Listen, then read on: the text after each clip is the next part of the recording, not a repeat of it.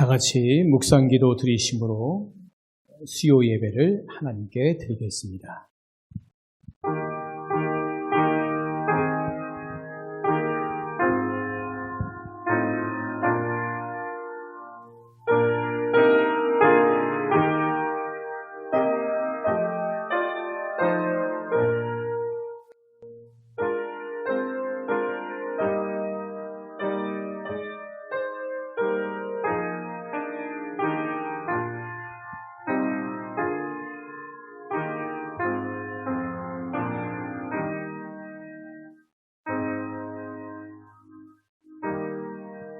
하나님은 영이시니 예배하는 자가 영과 진리로 예배할지니라.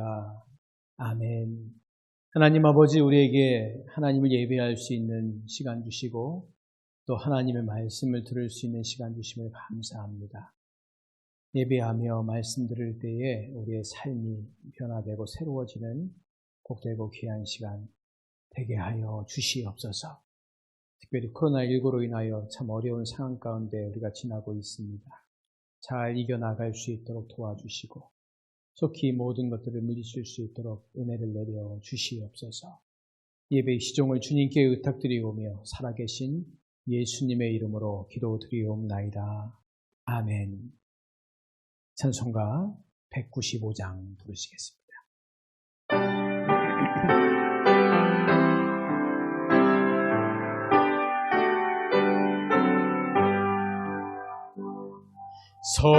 성령이여 의리 찬송 부를 때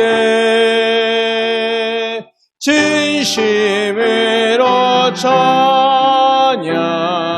찬양하게 하소서.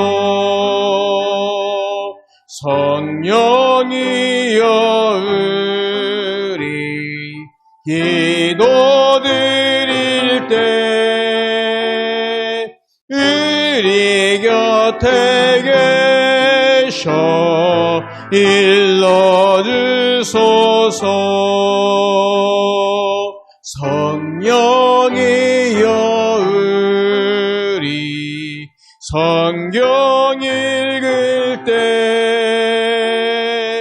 그 속에서 빛이 보게 하소서. 성령이여 의리 전도할 때에 지혜로운 말씀 주시옵소서.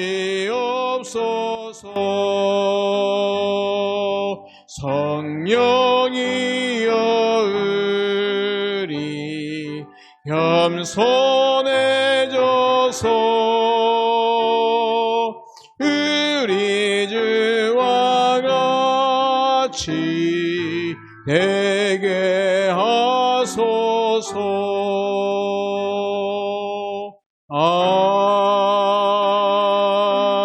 아멘.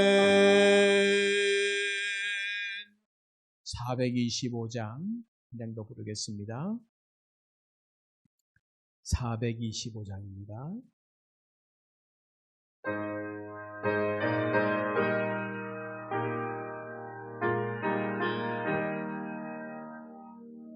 주님의 뜻을 이루소서.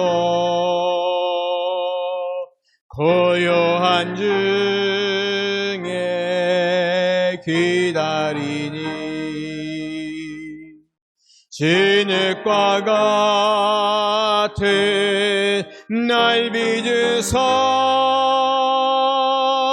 주님의 영상 만드소서. 주님의 뜻을 이루소서. 주님 발 앞에 엎드리니 나의 맘속에 살피시사 눈 보다 이게 하옵소서. 주님의 뜻을 이루소서. 병들어 몸이 피곤할 때 권능의 손을 내게 펴서 강건케 하여 주옵소서. 주님의 뜻을 이루소서. 온전히 나를 주장하사 주님과 함께 동행함을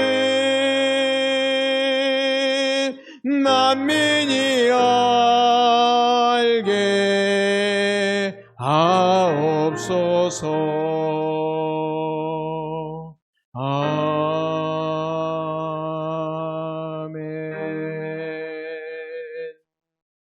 우리 시간에 합심하여 기도하는 시간을 갖겠습니다.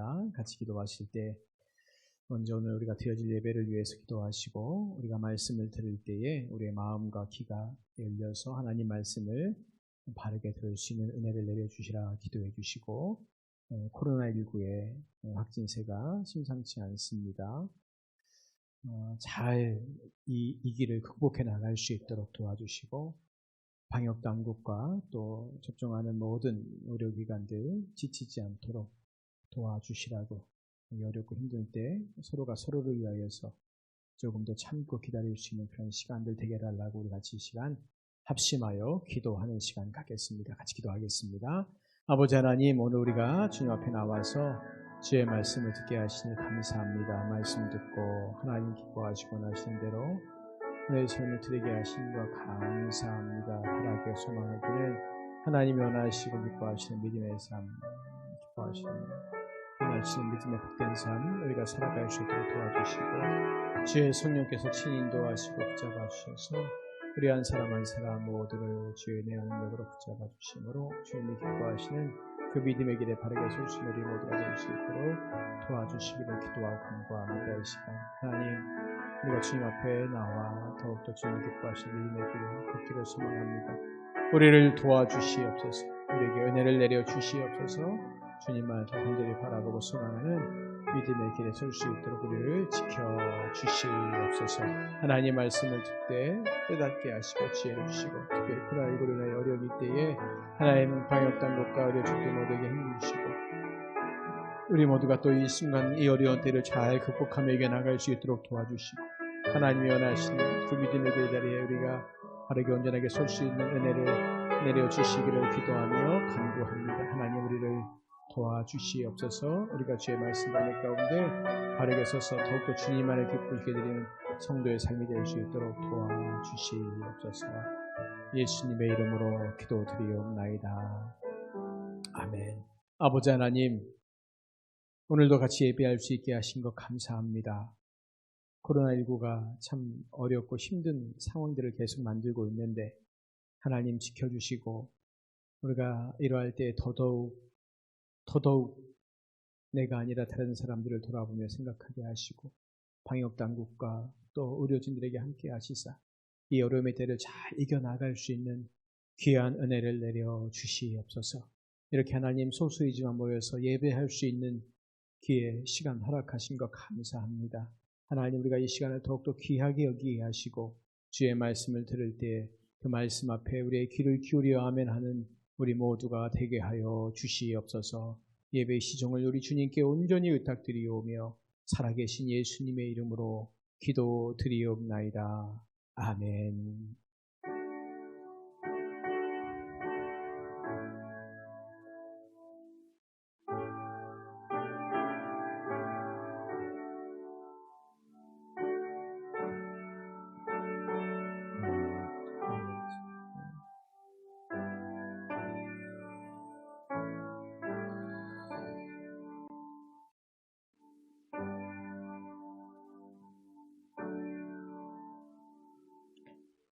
하나님 말씀 같이 보시겠습니다. 로마서 8장 12절부터 17절까지의 말씀.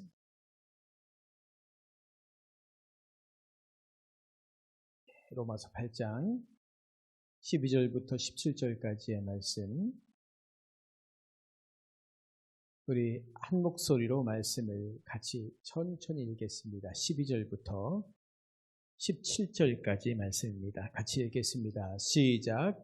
그러므로 형제들아, 우리가 빚진 자로되 육신에게 져서 육신대로 살 것이 아니니라.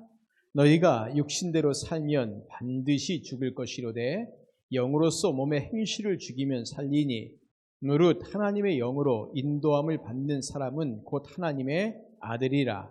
너희가 다시 무서워하는 종의 영을 받지 아니하고 양자의 영을 받았으므로 우리가 아빠 아버지라고 부르짖느니라.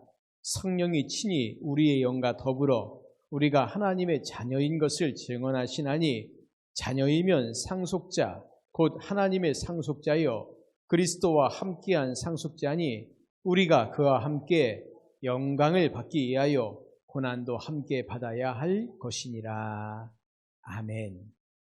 자, 이제 오늘부터는 우리가 새로운 구원의 단계, 입양이라고 하는 단계를 살펴보도록 하겠습니다.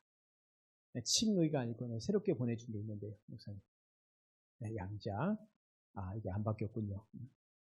자, 여기 보시면요, 양자라고 하는 게 뭐냐라고 말하면 쉬워요. 그냥 하나님의 자녀로 입양되는 것입니다. 하나님의 자녀로 입양되는 것입니다.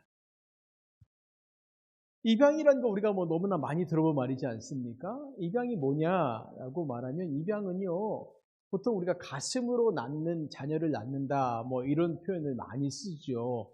세상에서 입양이 그러합니다. 그래서 보통 이 입양이라는 것은 뭐라고 말하냐면, 호적을 옮기는 겁니다. 나의 호적을 다른 누군가에게 옮기는 거예요. 우리가 이걸 보통 입양이라고 그렇게 말을 합니다.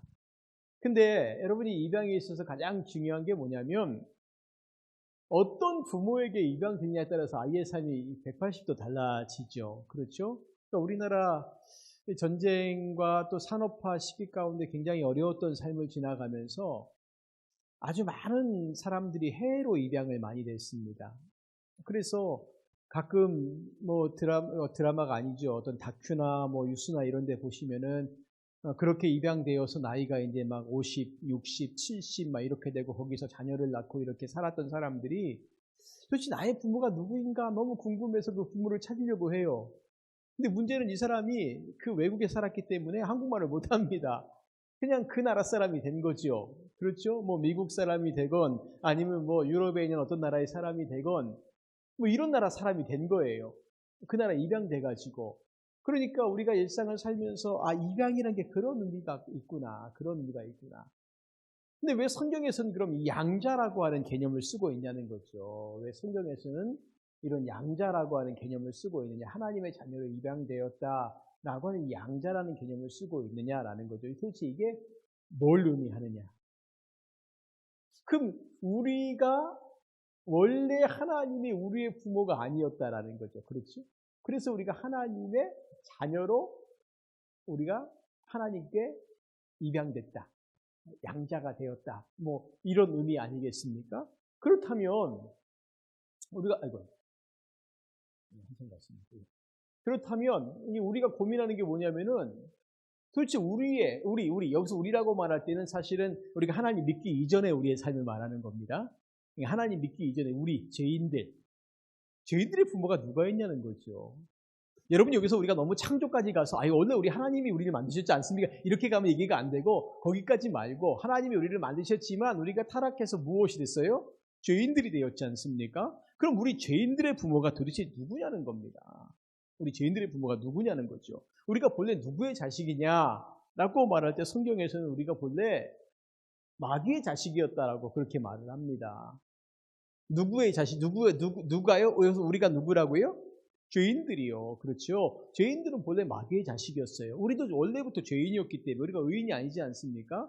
우리가 죄인이었기 때문에 우리도 누구의 자식이냐? 우리 아비가 누구냐?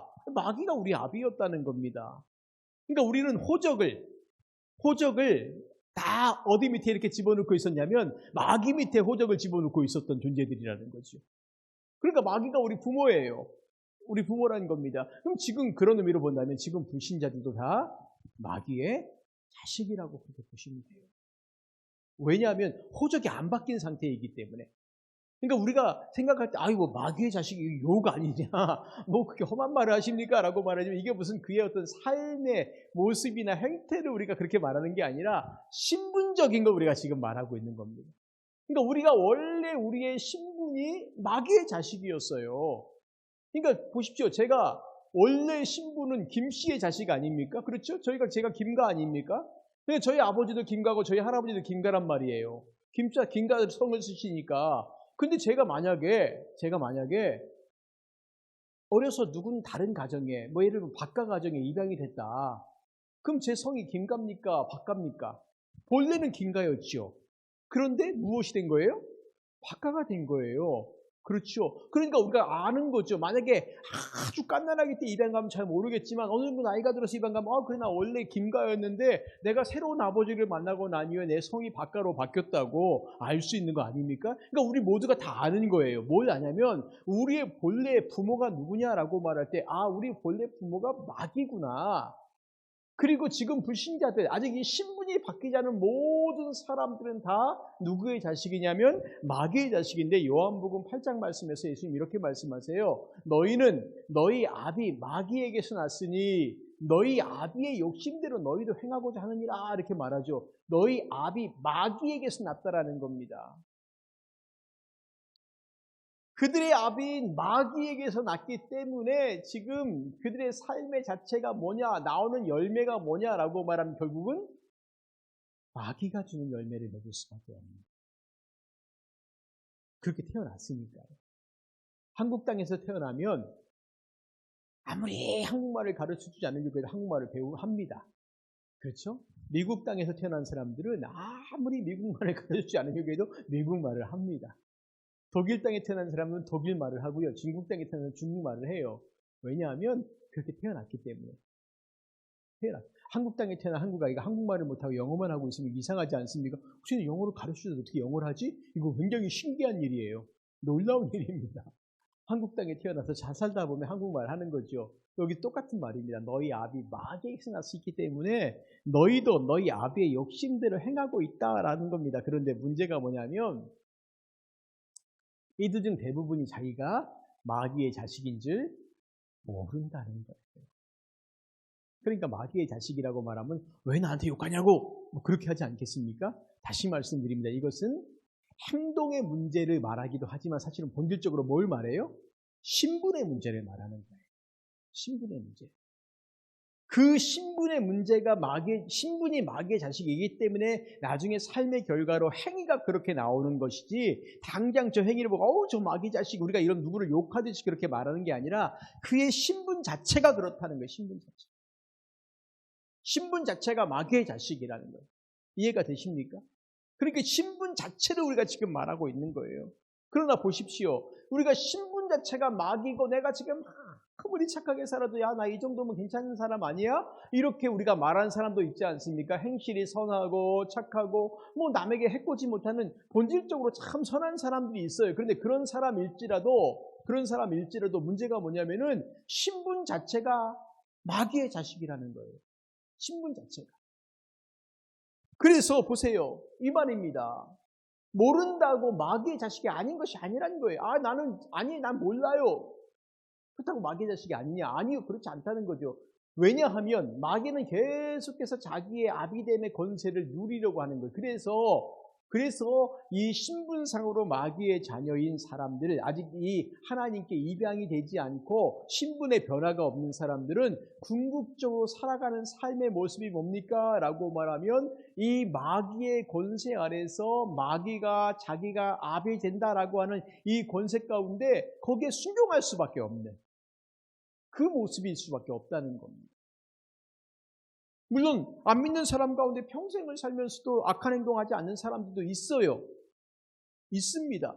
그러나 문제가 뭐냐면 신분상 그러하기 때문에 언젠가 그의 삶의 행실들이 그의 꼭 도둑질하고 훔치고 죽이고 이런 개념이 아니라 그의 마음 중심에 결국 하나님을 나의 아버지로 나의 주님으로 인정하지 않는 그 삶 자체가 마귀의 자식이라고 하는 그 증거라는 거죠.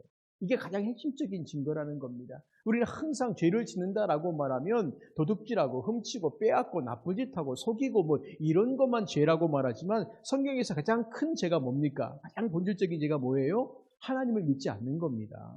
이게 가장 큰 죄예요. 하나님을 믿지 않는 것 자체가 가장 큰 죄입니다. 이런 큰 죄 가운데 있기 때문에 우리가 난 도둑질하지 않아요, 훔치지 않아요, 이런 것들은 사실은 굉장히 삶의 사소한 문제들인 거예요.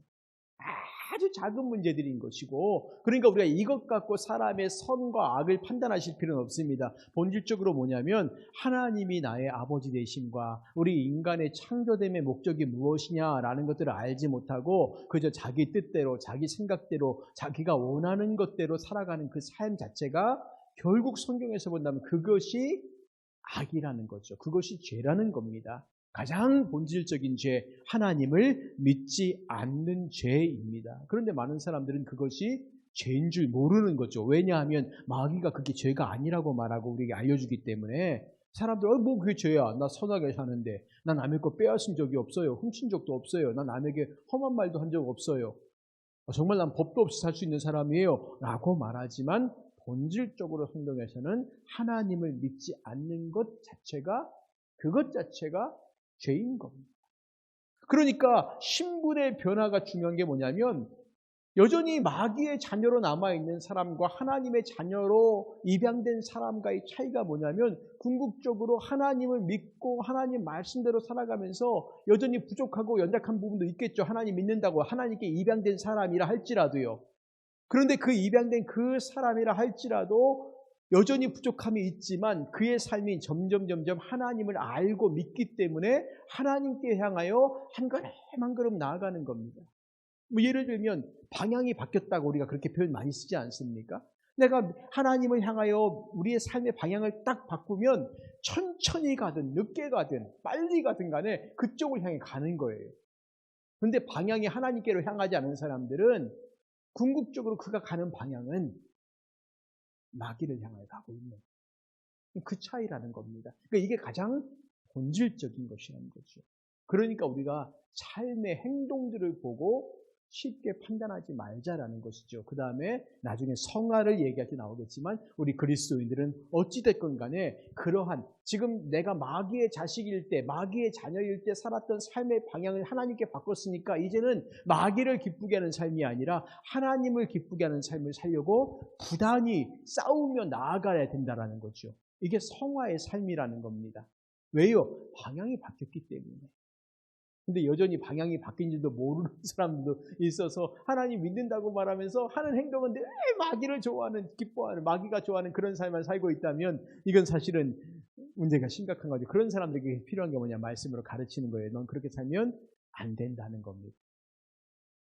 너 왜 하나님을 믿는 사람이 그렇게 살아? 그렇게 살면 안 되지? 라고 가르쳐주고 권면함으로 말미암아 그가 하나님의 자녀답게 이렇게 사는 게 맞구나. 왜? 몰라서 사는 사람들도 있거든요. 모르기 때문에 그렇게 여전히 예전에 살던 습관대로 사는 사람들 있습니다. 그러기 때문에 우리가 우리의 신분이 변했다라는 것, 마귀의 이 권세 안에 있으면 가장 큰 게 뭐냐면 두려움이에요. 염려와 근심, 걱정입니다. 물론 우리도 있죠. 그렇죠? 우리도 있습니다. 그런데 우리는 그 염려와 근심, 걱정을 하나님께 맡기는데 마귀의 자녀들은 본질적인 두려움이 있어요. 본질적인 것들에. 그런데 바로 이러한 마귀의 자녀 가운데에서 두려움 가운데 있는 사람들에게 좋은 뉴스가 전해졌습니다. 바로 무엇입니까? 예수 그리스도의 십자가의 이 은혜와 이 사건들이 전해진 것이에요. 좋은 소식이 전해졌습니다. 우리의 신분이 바뀔 수 있다라는 거지요. 우리의 죄의 문제가 해결될 수 있다라는 겁니다. 우리의 삶이 새로워질 수 있다라는 거예요. 무엇으로 인하여서요? 예수 그리스도로 인하여서 우리의 삶이 바뀌고 변할 수 있다라는 거예요. 그래서 예수님께서 요한복음 1장 12절 말씀, 영접하는 자 곧 그 이름을 믿는 자들에게는 하나님의 자녀가 되는 권세를 주셨으니 라고 하는 이 말씀을 주신 이유가 바로 여기 있다는 겁니다. 그 이름을 믿는 자들에게는 하나님의 자녀가 되는 권세, 특권, 은혜를 주셨다라는 겁니다.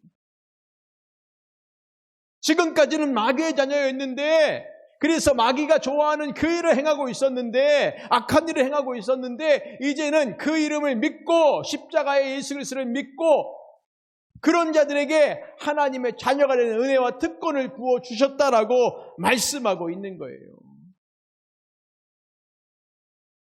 자, 그럼 양자됨의 조건이 뭐냐? 뭐예요? 하나님의 양자가 되는 조건이 뭐겠습니까? 바로 예수 그리스도를 영접하고 그 이름을 믿는 것이에요. 그 교회를 오랫동안 출입을 해요. 예배당을 오랫동안 나온다 그래요. 모태부터 출석교인이라고 그렇게 말을 해요. 그래도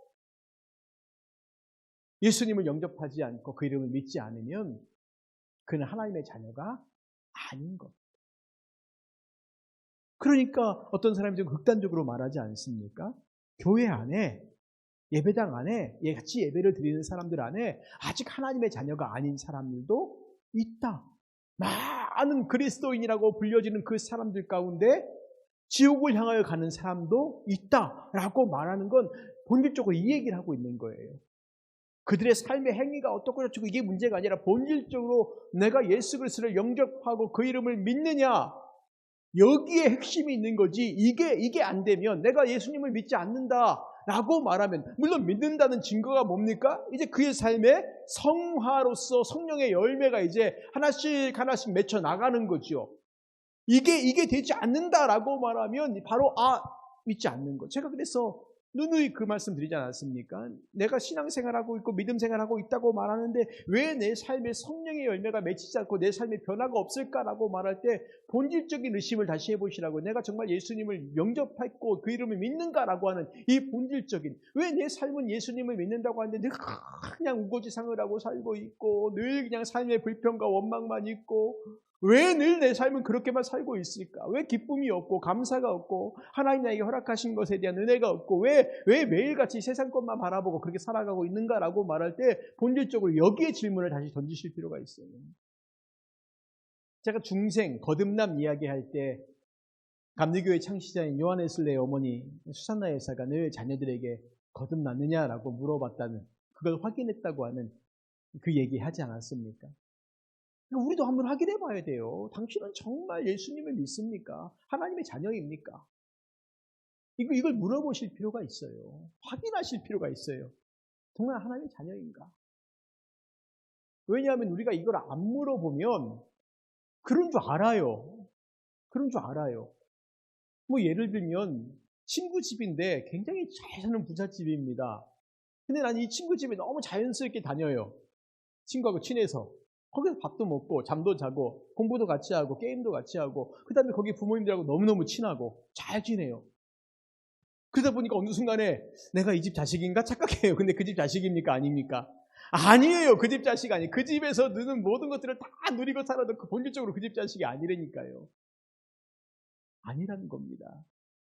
왜 그 집 자식이 아닌 거 언제 알 수 있는지 아세요? 그 아버지가 죽을 때 나에게 유산을 안 줘요. 그 집 아들이면, 그 집 자식이면 그 아버지가 죽을 때 나에게 유산을 주는데 그 아버지가 나한테 유산을 안 줘요. 안 줍니다. 그래서 어떤 사람들은 아니 양자 되었다라고 하면 그러면 지금 내 삶에 어떤 변화들이 있어야 하지 않습니까? 마치 예를 들면 우리 아버지가 우리가 내년에 대통령 선거 있지 않습니까? 우리 아버지가요 대통령 선거 당선돼서 대통령이 됐어요. 그래서 우리 가족이 청와대로 들어갑니다. 그럼 청와대 들어가면 굉장히 많은 것들이 바뀌잖아요. 그렇죠? 내가 대통령의 아들이 됐어요. 그래서 대통령의 아들이 돼가지고 누리는 것들이 얼마나 많은지 그 집에서 누리고 이거 많지 않겠습니까? 물론 불법적인 걸 말하는 건 아닙니다. 그런 것들이 있어야지 뭔가 좀 변화된 게 있어요. 우리가 하나님의 자녀가 가졌다라고 말하면 뭔가 내 삶에 하나님의 자녀로서 변화된 게 좀 있어야 되지 않습니까? 그런데 여전히 내 삶은 이렇게 힘들고 지지리궁상 어렵고 고달프고 왜 이렇습니까? 라는 생각들이 들지 않겠습니까? 예, 맞습니다. 물론 이 세대 살아가면서 우리가 하나님의 자녀가 되었다고 해서 갑자기 뚝딱하고 내 앞으로 한 100억 정도 통장에 깍 찍혀 있는 것도 아닐 것이고, 갑자기 한 몇십 평짜리 빌라에서 우리가 살 수 있게끔 되는 것도 아니고, 그렇죠? 갑자기 아팠던 몸이 막 건강해져가지고, 뭐 이런 것도 아닐 거고, 그럼 하나님의 양자됨의 도대체 언제 그 양자됨의 의미가 나올까? 언제 나올까? 언제일까요? 제가 말씀드리지 않습니까? 그 사람의 자녀라고 하는 것에 대한 확실한 증거가 언제 나온다고요? 나중에 유산 물려받을 때요. 가끔 TV에 보면, 뉴스에 보면 그런 거 나오지 않습니까? 어렸을 때 고아처럼 살았던 사람이 몰랐는데 자기가 할아버지가 계셨어요. 근데 이게 헤어진 거죠. 근데 이 할아버지가 나중에 어떻게 해서 자기를 찾아가고 자기한테 유산을 돌아가실 때 남겨줬는데 어마어마한 유산을 남겨줬다, 뭐 이런 거 아닙니까? 자, 보십시오.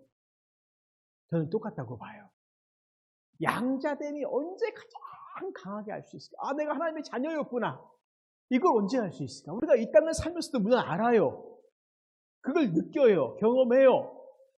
그런데 지금 우리가 이 땅에서 경험하는 것들은 별것 아닌 것이란 거예요.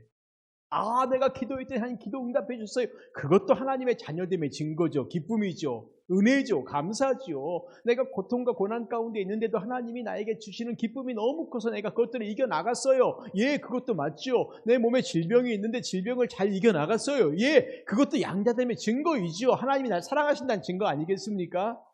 그런데 이것보다 더 마지막 순간에 우리가 하나님의 자녀가 되었다는 것이 얼마나 영광스러운 일인지 그때 알게 될 거라는 거예요.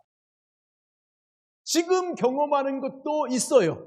지금 경험하는 것 있어요. 분명히 있어요. 없다고 말씀드리지 않습니다. 그런데 이것과 그때와는 비교할 수도 없어요. 와, 내가 하나님의 양자가 되었다는 게 여기 이 기쁨이 있구나라는 거예요. 이 기쁨이 있구나. 지금도 기쁘시죠. 지금도 감사하시고 지금도 즐겁죠. 하나님을 믿고 살아가는 거 물론 힘들고 어렵지만 우리 안에 기쁨과 즐거움이 있지 않습니까? 그런데 이거요, 상상할 수 없을 만큼 마치 지금의 기쁨들이 수류탄 한 개 똥 터지는 그런 정도라면 그것도 놀라지 않습니까? 빵빵 터지니까요. 그런데 마지막 날에 이것은 원자폭탄 수백 개가 터지는 것보다 더 큰 하고 터질 때 그때 하나님 앞에서 내가 받는 그 은혜와 기쁨이 얼마나 큰가. 어떤 선교사님이 아프리카에서 평생을 사역을 하면서 나이가 들고 몸도 아프니까 은퇴를 해야 되겠다. 그래서 이제 선교본부에 연락을 하고 배를 타고 본국으로 귀향을 했습니다. 근데 그 선교사님이 배를 타고 귀국하니까 이분이 무슨 역사적으로 유명한 분도 아니고 그냥 평생을 선교하셨던 분이니까 아프리카 오지에서 이분이 남아있는 가족들이 있겠습니까? 친지가 있겠습니까? 별로 없죠. 그래서 이분이 딱 왔는데 마침 그날 대통령이 회의를 순방하고 돌아오는 날이었어요. 같은 날 같은 배를 타고 온 겁니다.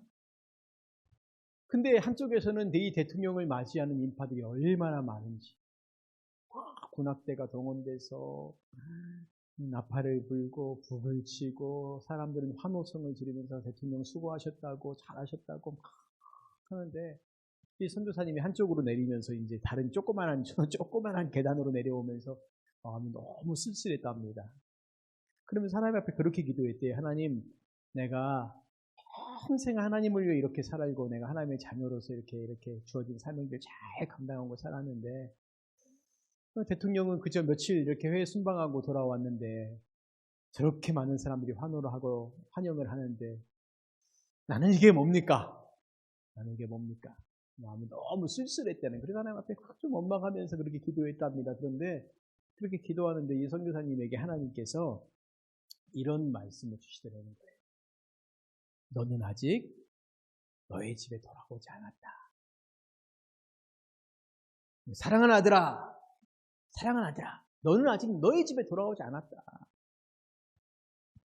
네가 내 집에 돌아올 때 내가 천군천사를 동원해서 저 군악대 소리, 저 환호하는 인파 내가 비교도 안 될 정도로 내가 널 환영해 줄게. 그러니까 그 말을 들으면 선교사님이 위로를 받았대요. 큰 위로를 받고 내가 있을 곳이 여기가 아니구나 하고 다시 아프리카로 가는 배를 타고 사역지로 가는 사역을 하다가 그곳에서 하나님 나라 갔다라는 이야기가 있습니다. 저는 이 말이 너무 좋아요. 너는 아직 내 집에 돌아오지 않았다. 여러분, 우리가 이 땅을 살면서 이 땅이 우리의 집이 아니지 않습니까? 우리가 여기에서 한 몇백 층짜리 건물 지어놓고 편안하게 여기서 누리고 살고 싶어 영문토록 죽지 않고 그렇게 살고 싶은 사람들은 아니지 않습니까? 물론 이 땅을 살면서 돈 많은 사람 부러울 때가 있고 높은 사람 부러울 때가 있고 그럴 수 있지만 지금 우리는요 우리 집에 아직 가지 않았어요. 우리 집을 향해 지금 가고 있는 겁니다. 우리 아버지께서 기다리고 계시는 그 집을 향해 우리가 지금 가고 있는 사람들. 그러니까 우리는 여기에서 최선을 다해서 살아가면 돼요. 그리고 하나님 우리에게 보내주시는 그 은혜와 그 복을 누리면서 여기서 우리에게 주어진 사명들을 잘 감당하며 살아가면 되는 겁니다. 언제까지요? 우리 집에 갈 때까지요. 우리 아버지께서 기다리고 계신 그 집에 갈 때까지. 그때까지 막 여기서 우리가 열심히 살면 돼요. 그리고 왜 내가 여기서 이렇게 열심히 하는데 사람들이 나를 대접해 주지 않을까, 나를 인정해 주지 않을까 걱정할 필요 없습니다. 왜? 여기는 우리 집이 아니에요. 우리 집이 아닙니다. 우리가 가야 할 집 아직 조금씩 더 가셔야 합니다. 뭐 어떤 사람에게는 몇 년 가면 되고 어떤 사람 몇십 년 더 가면 될지 모르지만 어찌됐거나 우리는 우리의 집을 향해 지금 우리의 본향을 향해 가고 있습니다. 그래서 사실은 저는 옛날에 우리 믿음의 선배들이 불렀던 찬양들 참 좋습니다. 왜냐하면 대부분 다 이 땅의 소망보다는 하늘의 소망을 품고 살아가는 저 멀리 뵈는 나의 시온성 뭐 이런 찬양도 있지 않습니까? 순례자의 노래 같은 그런 이 찬양들이 우리 마음에 그랬구나. 우리가 지금 그 길을 향해 가고 있구나. 여기에서 우리가 하나님이 우리 아버지라 부르심을 받고 우리는 지금 여기에서 영생 복락을 누리며 사는 게 아니라 하나님 아버지 집에서 영생 복락을 누리는 그 삶을 사모하면서 이 땅에서 우리의 사명들을 감당하고 있구나라는 거예요. 그게 양자됨의 본질의 목적입니다. 여기에서 하나님 자녀니까 내가 잘 먹고 잘 살고 부자 되고 뭐 건강하고 이게 우리의 삶의 목적이 돼서는 안 돼요. 물론 하나님 그런 거 우리에게 허락하십니다. 허락하셔요. 왜요? 하나님의 일을 위해서요. 우리 모두가 다 그럼 지질이 궁상 가난하고 뭐 이렇게 살라고 말씀하지 않습니다. 하나님께서 우리에게 복을 주시는 그 복은 이 땅의 사람들이 누리는 복보다 더 큰 복이에요. 더 큰 은혜입니다. 우리가 이 땅의 복을 누리는 방법은 세상의 사람들이 누리는 방법과 달라야 돼요. 마치 가나안 땅에 이스라엘 백성들 들어갈 때 원래 살고 있는 가나안 사람들은 바알을 섬기고 아세라를 섬기면서 그들이 바알이 비를 주겠다, 아세라가 비를 따고 복식을 줄 거야 라고 하는 그런 것들을 섬기며 살았지만 하나님 그들에게 가나안 땅 들어가게 하실 때요, 너희들은 그들처럼 살지 말라고, 그 땅에 들어가면 오직 나만 바라보라고. 애굽 땅은 물이 풍성한 땅이지만 가나안 땅은 하나님이 비를 주셔야만이 살 수 있는 땅이기 때문에 오직 하나님만 바라보고 살아가라고. 삶의 방법 자체가 달라야 돼요. 삶의 방식 자체가 달라야 된다는 거예요. 그러니까 우리가 이 땅을 살면서 그래요. 그리스도인으로서 우리가 경제인도 돼야, 사업도 해야죠. 직장도 가져야죠. 그 다음에 우리가 뭐 공직도 나가야죠.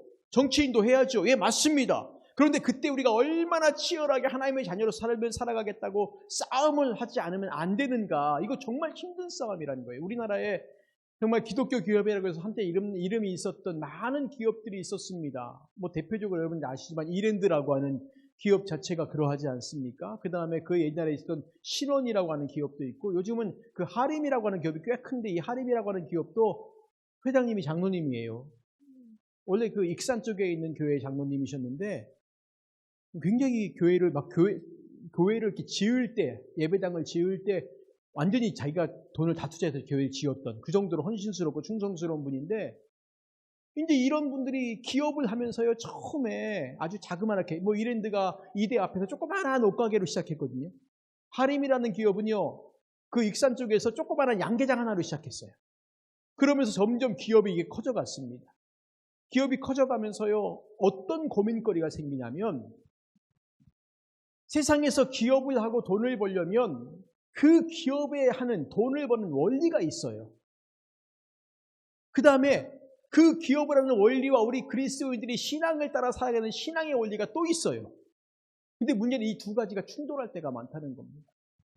기업의 원리를 따라가야 될 것이냐 아니면 신앙의 원리를 따라가야 될 것이냐, 이 충돌이거든요. 자, 이때 우리 기업이 조그마하면, 예를 들면 난 조그마한 가게 하나 하고 있어요. 그럼 우리는 얼마든지 신앙의 원리를 따라갈 수 있습니다. 나 주일날 쉴 거예요. 옛날에 이랜드가 대표적으로 알렸던 이유가 뭐겠습니까? 그 다 모든 이랜드의 그 대리점들 문 앞에 뭐 있었습니까? 주일은 쉽니다. 써 있었죠. 그리고 이랜드가 인수한 어떤 기업들도 다 주일은 쉰다고. 그런데 어느 순간부터 이 기업이 커져가면서 신앙의 원리가 아니라 무슨 원리를 따라갔습니까? 기업의 원리를 따라갔어요. 여기 유코아가 주일날 쉬었다가 어느 순간부터 주일날 문을 열었죠. 그렇죠? 문을 열기 시작했어요. 기업의 원리를 따라가는 겁니다. 그러니까 우리가 이 땅을 살면서 치열하게 싸워야 될 싸움이 뭐냐면, 내가 하나님의 자녀로서의 살아가는 삶의 원리가 있는데 자꾸만 이 세상은, 마귀는 우리에게 야, 그렇게 살면 되겠냐?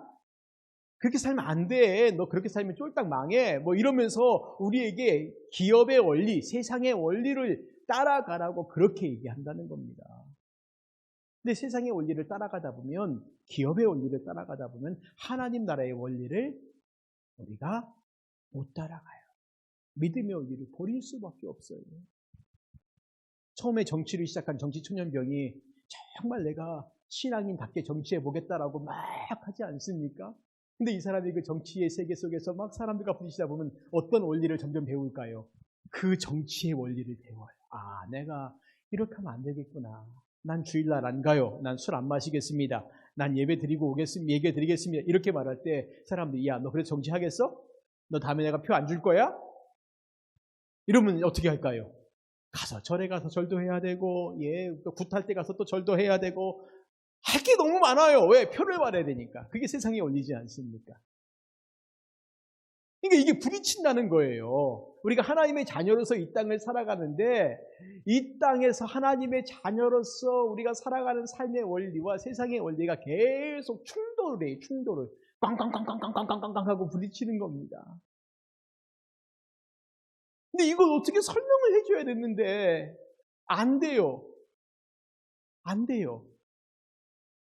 자식들에게 주일날 예배를 드려야 되지. 그래 11조도 해야 되지. 그래, 가능하면 주일날도 알바하지 말아라 라고 그렇게 말을 해도 아이가 왜요? 이렇게 말하면 이게 설명을 해야 되는데 그때부터 어려워져요. 왜? 그는 하나님 나라의 이 원리를 아직 모르기 때문에.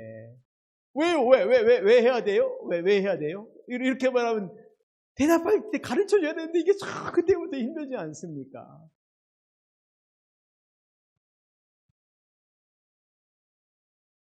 너는 아직 내 집에 오지 않았습니다. 우리는 아직 우리 집에 가지 않았습니다.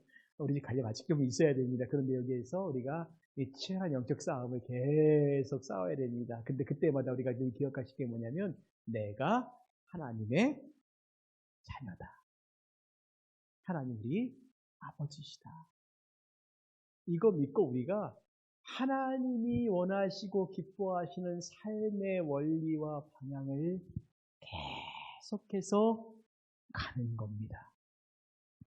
힘들어요. 이게 힘들어서 많은 사람들이 그 일들을 시작했다가 포기하는 사람, 내가 신앙생활 좀 해볼까 하다가 포기하고 좌절하고 넘어지는 이유가 바로 뭐냐면, 그 원리가, 눈에 보이지 않는 그 원리가요, 계속 충돌을 하고 부딪혀서 결국에는 우리나라가 지금 집값 때문에 참 문제가 많잖아요. 여러분, 집값 때문에 문제 많을 때 집값을 잡는 제일 좋은 방법이 뭔지 아십니까? 집을 2채 이상 갖고 있는 그리스도인들이 한 채를 파는 거예요. 한 채만 갖겠다고 고백하는 겁니다. 그 다음에 혹시 내가 건물을 갖고 있고 임대업을 하는 분들은 임대료를 다른 사람보다 좀 임대료를 싸게 주는 겁니다. 내가 기업을 하고 있으면요, 우리 직원들에게 내가 복지를 좀 더 잘해주는 겁니다. 월급을 다른 데보다 조금 더 주는 거예요. 만약에 내가 자그마한 가게라고 했는데 알바생이 있으면은 다른 알바생보다 1,000원 더 주는 겁니다. 생각해 보십시오. 우리 믿는 사람들이 내가 갖고 있는 것들 가운데 조금씩 포기한다고 생각해 보십시오. 제가 지난번에 그런 말씀드리지 않습니까? 우리 그리스도인 삶 가운데 가장 밑바탕에 있는 게 상식적인 삶이라고. 그렇죠? 근데 이 상식보다 더 위에 있는 진짜 신앙의 삶이 뭐냐면 자기 부인, 자기 헌신, 내려놓음, 포기하기 이런 거지 않습니까? 근데 이게 실질적인 거여야 된다는 거예요. 이 세상을 살면서 돈의 문제, 권력의 문제, 뭐 이런 모든 문제들 가운데서 내가 내 것들을 정말 내려놓는 겁니다. 그리고 내가 내 이익이 위해서 아니라 조금 더 다른 사람의 이익을 내가 챙겨주는 거예요. 예를 들면 내가 오너인데 그래 나 한 달에 한 1억 가져간다 생각하면은 내 직원들 얼마 가져가지? 저 사람 100만 원 가져가요. 그럼 내가 한 5천만 원 가져가고 저 사람들도 골고루 해가지고 다 300만 원, 400만 원 가져가게 만들어주면 얼마나 괜찮은 사람입니까? 그런 사람들이 별로 없다는 게 문제죠. 별로 없다는 게 문제죠. 내가 갖고 있는 건물에서 임대료를 다른 데보다 한 10만 원, 20만 원 싸게 주면 돼요. 괜찮지 않습니까? 근데 그걸 안 한다는 거예요, 우리가. 왜냐하면 우리도 이 땅의 원리를 따라가기 때문에 그렇다는 겁니다. 이 땅의 원리를 따라가기 때문에. 그러니까 우리 그리스도인들이 우리 교인들 가운데 그렇게 부자가 없기 때문에 참 이런 말을 해봤자 별로 의미가 없지만 제발 저기 좀 큰 교회에 있는 서울의 강남이나 뭐 이런 좀 큰 교회에 있는 그런 분들이 좀 그렇게 정신 차리고 똑바로 하고 제발 나쁜 짓 하지 말고 권력이 있다고 권세가 있다고 못된 짓 하지 말고. 어제 우리 집사람하고 이렇게 잠깐 뭘 보면서 대화하다가 그런 얘기를 했어요. 예수님 믿는 지금까지 이 역사 가운데 예수님을 믿는 사람 그게 뭐였냐면 이제 아프리카 노예들 잡아왔던 사람들, 그 다음에 식민지 지배했던 그 서구 열강들 이런 데 보면서 그 사람들이 정말 피식민지 사람들 정말 괴롭혔지 않습니까? 정말 사람 취급도 안 하고요. 근데 대부분 그들이 다 기독교가 먼저 들어갔던 나라들이었어요. 서구 열방들이. 근데 그들이 남의 나라 침략해서 자기의 이익을 위해서 빼앗고 훔치고 사람들 죽이고 심지어 뭐 어떤 나라는 아프리카의 한 나라를 침략해가지고 그렇게 식민지로 삼아갖고 한 1,000만 명 정도를 죽이기도 하고 미국이 얼마나 많은 흑인 노예들을 데려다가 그렇게 죽였습니까? 영국이 얼마나 많은 흑인 노예 장사를 또 했어요. 제가 그랬어요. 저 당시 예수 믿었던 사람들 가운데 하나님 나라 갈 사람은 거의 없었겠다. 그들은 잘 믿는다고 뭐 폼 잡고 좋은 옷 입고 뭐 예배당 가서 예배 드리고 막 온갖 폼을 다 잡았겠지만 저들 가운데 하나님 나라 간 사람 하나도 없었겠다. 여러분 그랬어요? 정말 갔을 것 같아요? 정말 하나님 나라 그들이 갔을 것 같습니까? 그렇게 식민지 남의 나라 쳐들어가가지고 그렇게 많은 것들을 빼앗고 죽이고 훔쳤던 그 당시에 영국이나 프랑스나 뭐 미국이나 뭐 이런 유럽에 있는 그 많은 나라들이 정말 하나님 나라 갔을까요? 그들 가운데 예수님 믿는 사람들이요? 아닌 것 같아요. 하나님 나라가 그렇게 만만한 나라가 아닙니다. 그렇게 악한 행동을 하고 어떻게 사람을 사람 취급하지 않고 사람을 그렇게 죽였던 많은 사람들이 어떻게 하겠냐. 전 지금도 똑같다고 봐요. 자기의 권세와 권력을 가지고 정말 자기 부인하지 않고 자기 헌신하지 않는 사람들 가운데 정말 하나님 나라 갈 사람이 있을까? 궁금해요. 물론 저도 부족한 부분이 많지만 정말 궁금해요. 얼마나 이 땅에 있는 우리 한국에 있는 그리스도인들 가운데 하나님 나라를 갈 수 있는 사람이 정말 몇 사람이 될까? 몇 사람이 될까?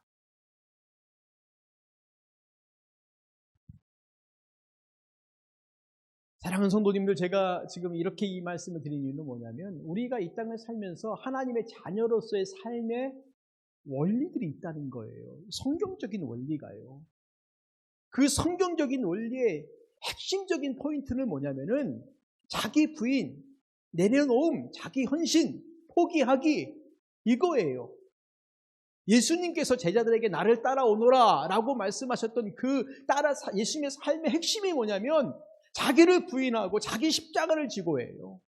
근데 이게 되지 않는다면 그가 예수 믿는 사람이냐라고 말하면 아니에요. 그가 목사든 장로든 권사든 그건 중요하지 않아요. 저 사람은 착한 사람이야, 뭐 장로야, 목사야, 뭐야라고 아무리 말해도 그가 그 삶을 살지 않으면 그는 하나님의 자녀 아닙니다.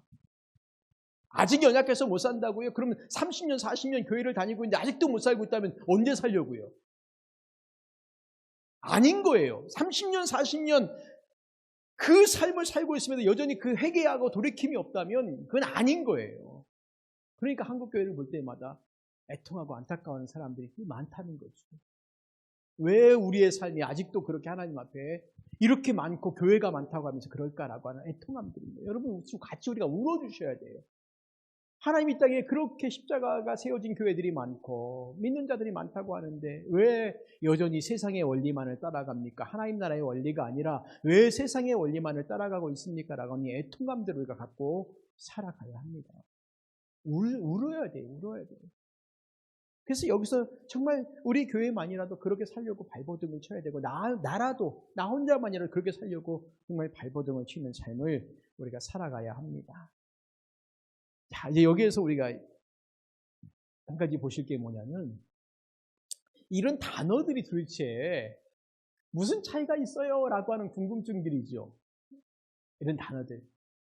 그러니까 우리가 지금까지 쫙 봐왔던 성부 하나님의 구원 계획, 성자 예수님의 구원에 대한 성취, 그 다음에 성령 하나님의 구원에 대한 적용에 있어서 우리가 계속해서 보았던 이 이야기들, 부르심과 그 다음에 중생, 칭의, 양자까지 이런 모든 것들이 다 무슨 관계가 있느냐. 사실은 성화 전까지는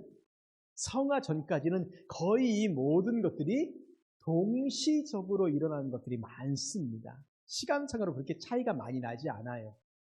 그런데 이것들마다 각자 특징이 있기 때문에 이걸 따로따로 설명하는 거지.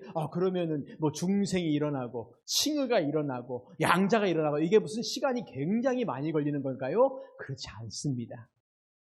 시간적으로는 거의 이런 일들은 어디까지요? 성화만 우리에게 시간이 걸려요. 언제까지, 성화는 언제부터 언제까지 될까요? 우리가 예수님을 믿는 그 순간부터 하나님 나라 가는 그 순간까지는 모두가 다 성화의 과정인 거예요. 되게 길죠. 그러니까 요때 살아가는 지금의 우리의 이 살아가는 이 삶이 다 영적인 싸움을 싸워나가는 것이고 하나님의 자녀로서의 삶을 살아가는 성경의 원리로 살아가는 이 모든 것들, 단어가 좀 틀리고 말이 좀 틀려서 그렇지 지금 우리는 다 똑같은 얘기하는 거예요. 당신은 예수님을 믿습니까? 이 말과 당신은 부르심을 받았습니까? 당신은 중생했습니까? 당신은 예수님과 연합되었습니까? 당신은 의롭다함을 받았습니까? 당신은 하나님의 자녀가 되었습니까? 이 말은 다 뭐예요? 전부 똑같은 말이에요. 사실은요. 그냥 뭉뚱그리면 똑같은 말이에요. 그러나 하나하나의 의미가 있기 때문에 이렇게 나눠서 굳이 오랫동안 설명하는 거지 이 모든 것들은 다 똑같아요. 그러니까 사실은 우리가 이 단어의 의미도 좀 아실 필요가 있지만 한편으로는 그래 이게 다 똑같은 거지. 내가 하나님의 자녀가 되었어. 하나님이 어떤 사람을 자녀로 삼습니까? 죄인을 자녀로 삼습니까? 아니에요. 의롭다 하시고 자녀를 삼는 거예요. 어떤 사람이 의로운 사람입니까? 거듭난 사람이 의로운 사람이죠. 그렇죠? 그러니까 이런 것들에 대한 차이점을 잠깐 보면 보세요. 첫 번째 중생 뭐예요? 중생은 마음의 변화입니다. 마음의 변화. 거듭났다라고 하는 것은 말씀드린 것처럼 내가 뭔가 변했어? 뭐가 이게 아니에요. 사실은 사람들이 간증을 많이 한다라고 말할 때 어떤 것에 대한 간증을 많이 한다고 말했죠? 회심에 대한 간증을 많이 한다고 그랬잖아요. 내가 예수님 처음 믿을 때 회심 부르셨지만 그 부르심이 딱 보여지고 나타난 게 뭐냐면 회심인 거예요. 내가 죄를 고백하고 그 다음에 또 우리가 살면서 잠깐 주님을 떠났다가 탕자처럼 다시 돌아오는 그 회심의 사건들, 이런 것도 회심의 고백들이. 그래서 우리가 간증할 때 대부분 회심 간증을 많이 해요. 내가 이렇게 죄를 지었다가 하나님 나를 사랑해 주셔서요 뭐라고 말합니다. 왜냐? 그거는 자기가 너무 정확하게 느끼는 거기 때문에. 근데 중생은 뭐예요? 마음의 변화입니다. 내가 하나님 자녀로 거듭났다는 거. 칭의는요, 신분의 변화예요. 의롭게 되었다라고, 이제는 죄인이 아니라 이제는 의인이다라고 우리의 신분이 바뀌었다는 거죠. 양자는 놀랍게도 이 두 가지를 다 포함합니다. 마음의 변화와 더불어 신분의 변화. 내가 마귀의 자녀였다가 하나님의 자녀가 됐는데 하나님의 자녀로서 내 마음이 새로워졌어요. 변화가 됐어요. 라고 하는 것까지 다 고백하는 건데 이 얘기를 잠깐만 간단하게 설명하고 다음 주에 한 번 더 진하게 설명을 하겠습니다. 자, 첫 번째 보세요. 양자는 칭의와 동시적으로 발생하지만 마음의 변화라는 점에서 신분의 변화인 칭의와 구별됩니다. 그렇죠? 칭의는 아까 뭐라 했어요? 신분의 변화라고 말씀드렸지 않습니까? 근데 양자는 마음의 변화예요. 물론 신분의 변화까지 포함돼서 칭의와 좀 구별되는 게 있습니다.